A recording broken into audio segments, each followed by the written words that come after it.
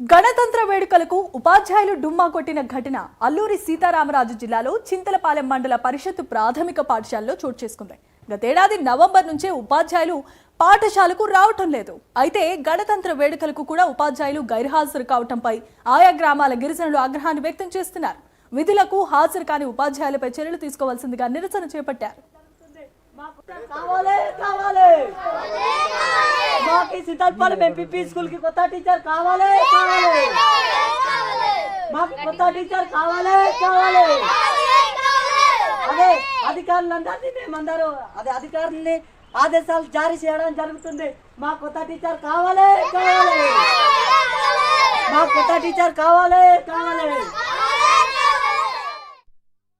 అల్లూరి సీతారామరాజు జిల్లా అనంతగిరి మండలం Pedakota panchayat పరిధిలోనున్న సింతలపాలెం MPP school ఈరోజు ఎలా ఉందో మనమందరం చూస్తున్నాం.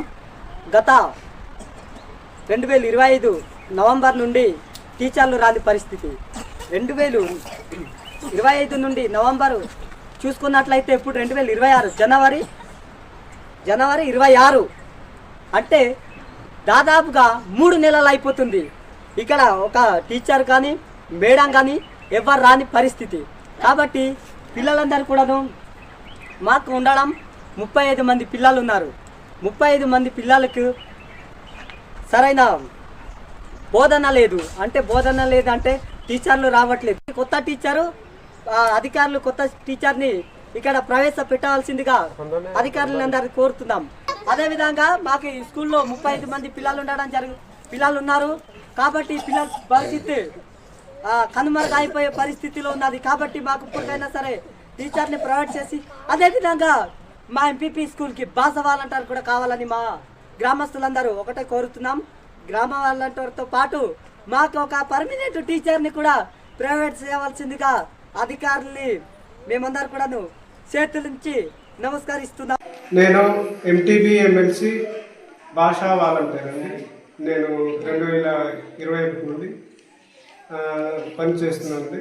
3 నెలలు కానీ 5 నెలలు కానీ 4 నెలలు ఐటీడీఐలో వాళ్ళు ఇష్టం వచ్చినలాగా వాళ్ళు ఎప్పుడు పడితే అప్పుడే వేస్తారండి. నెలకైతే మాకు జీతాలు అందవండి. జీతాలు అయితే పడుతున్నాయి కానీ నెలకు మాకు ఇవ్వరండి.